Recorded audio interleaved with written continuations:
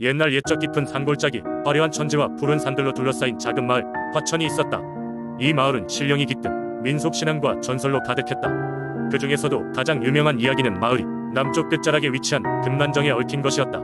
금난정은 화려한 금빛 난초들로 가득 찬 고유한 정자였다. 그러나 보다 중요한 것은 그 아래 흐르는 신비로운 연못이었다. 해가 진 밤이면 연못의 물빛이 은은하게 빛나며 그곳에 나타난다던 금난의 여신은 마을 사람들의 꿈을 이룬다고 전해졌다. 문득 어느 여름밤 정자에 홀로 앉아있던 한 젊은이가 있었다. 그의 이름은 수연이었으며 마을에서 나고 자라며 항상 금난정의 이야기를 들으며 성장했다. 농사를 지으며 검소하게 살던 수연은 반짝이는 연못을 바라보며 여신에게 자신의 꿈이 무엇인지 확실하게 보여주고 싶었다. 금난 연못에 몸을 엎드려 조곤조곤 모든 마음의 소원을 속삭였다. 그러던 중 갑자기 찬란한 빛이 연못에서 솟아올랐다.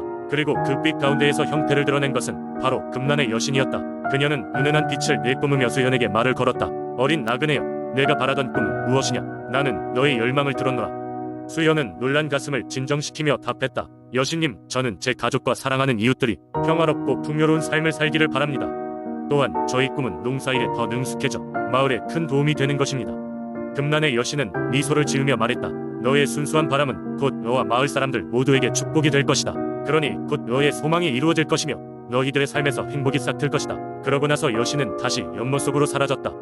그날 이후로 수연을 비롯한 마을 사람들은 풍요로운 수확을 거두게 되었고 마을의 기쁨과 평화는 날마다 더욱 커져갔다.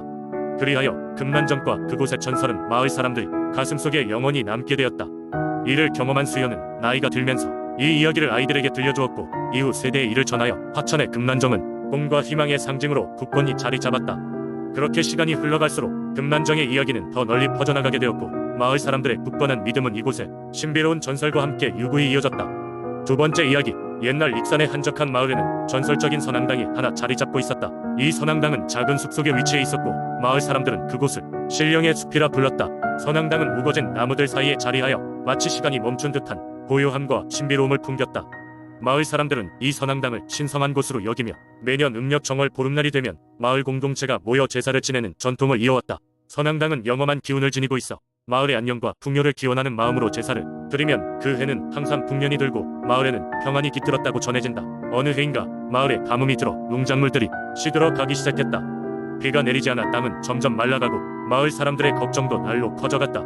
이에 마을의 어르신들은 다시 한번 선앙당이 기도하면 분명 하늘이 응답할 것이라 믿고 특별한 제사를 준비하기로 했다. 정성껏 준비한 제사 음식과 함께 마을 사람들은 선앙당에 모였다. 제사를 지내면서 마을의 청년 윤호는 아무도 모르게 선앙당의 숲 깊숙한 곳으로 들어갔다.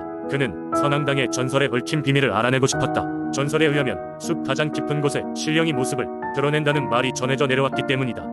윤호는 숲을 헤치며 깊은 곳으로 들어갔고 마침내 작은 연못을 발견했다. 그곳에서 그는 믿을 수 없는 광경을 목격했다. 연못 가장자리에는 은빛으로 빛나는 여우 한 마리가 앉아 있었고 윤호를 바라보고 있었다. 윤호는 순간 겁에 질렸지만 곧 여우가 사람의 목소리로 말을 걸어왔다. 내가 이 숲의 수호신이다. 내가 무엇을 원하는지 알고 있다. 그러나 이번 일은 인간의 문제니 너희가 스스로 해결해야 한다. 윤호는 용기를 내어 여우에게 부탁했다. 제발 비를 내려주세요.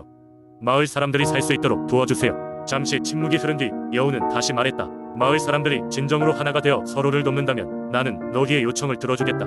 윤호는 그 말을 듣고 마을로 돌아와 사람들에게 신령의 말씀을 전했다. 그러자 마을 사람들은 서로 협력하여 물을 나누고 가뭄을 이겨내기 위해 최선을 다했다. 그리고 며칠 후 대지를 적시는 단비가 내리기 시작했다. 그 이후로도 마을 사람들은 매년 선앙당에서 정성을 다해 제사를 지내며 감사의 마음을 전했다.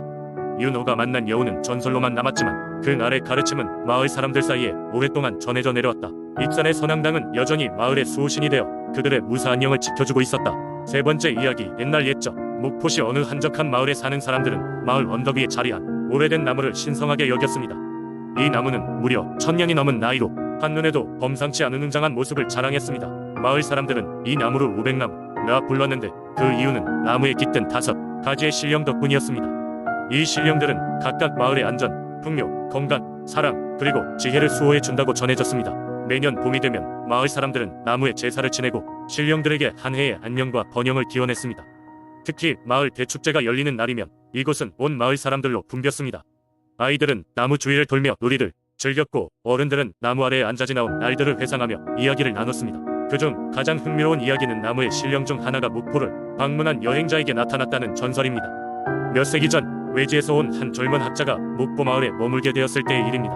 그는 전국을 돌아다니며 민속문화를 연구하고 있었고 마을에 내려오는 신비로운 오백나무 신앙에 대한 이야기를 듣고 매우 흥미를 느꼈습니다.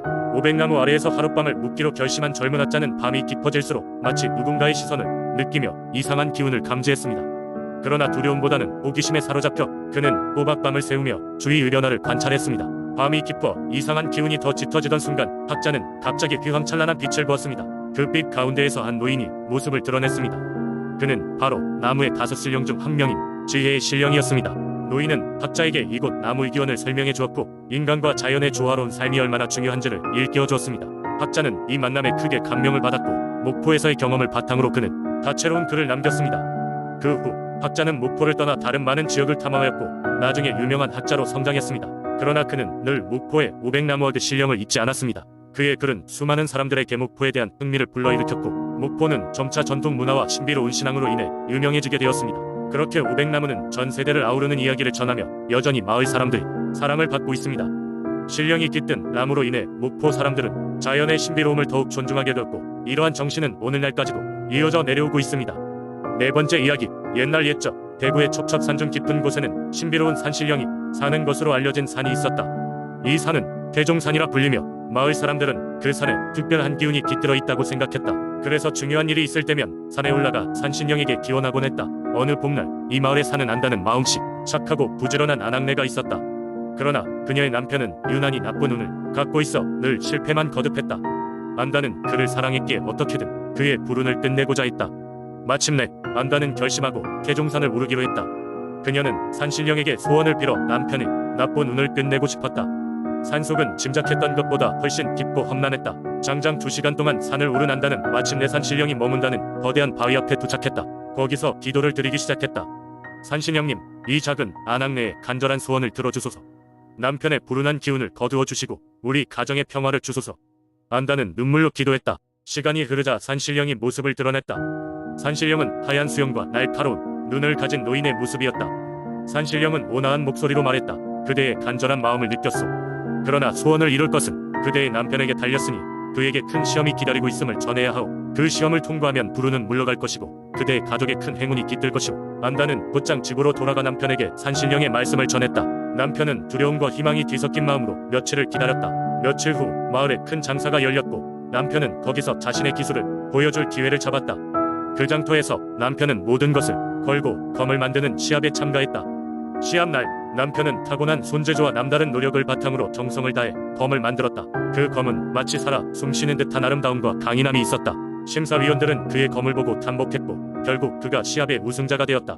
남편의 시합 우승으로 그는 마을에서도 유명해졌고 그동안 닥쳤던 불운은 마치 거짓말처럼 사라졌다.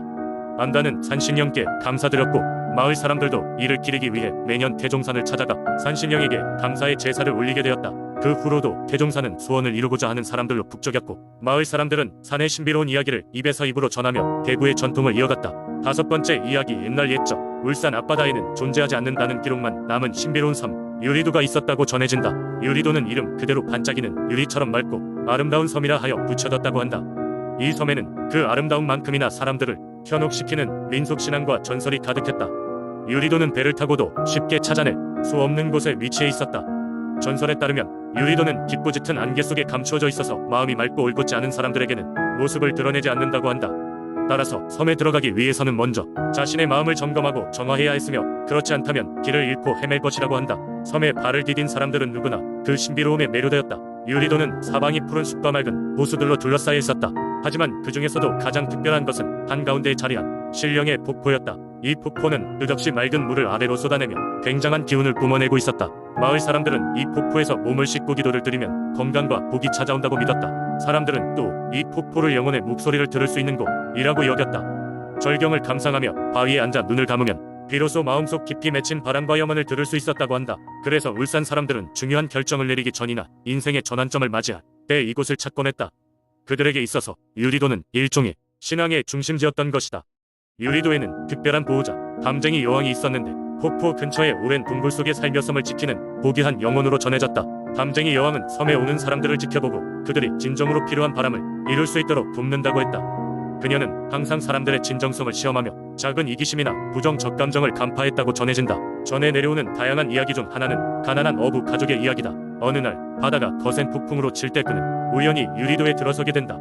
그는 그곳에서 폭포 아래 몸을 깨끗이 하고 진정한 마음으로 가족의 행복을 기도하게 된다.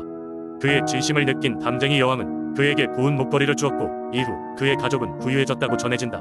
이 이야기는 유리도가 주는 복과 그 효과를 보여주는 가장 유명한 전설로 남아 전국에 퍼지게 되었다. 하지만 세상은 점점 변했고 어느 순간부터 사람들은 유리도의 존재를 잊기 시작했다. 과학과 논리가 신비를 밀어내면서 유리도는 차츰 그 흔적마저 신화 속으로 사라져버렸다. 하지만 여전히 울산에 일고 사람들은 이 전설을 믿으며 그들의 마음속에서 유리도를 찾아가곤 한다. 그들에게 있어서 유리도는 단순한 섬이 아닌 꿈과 희망 그리고 자신을 돌아보는 장소로 남아있는 것이다.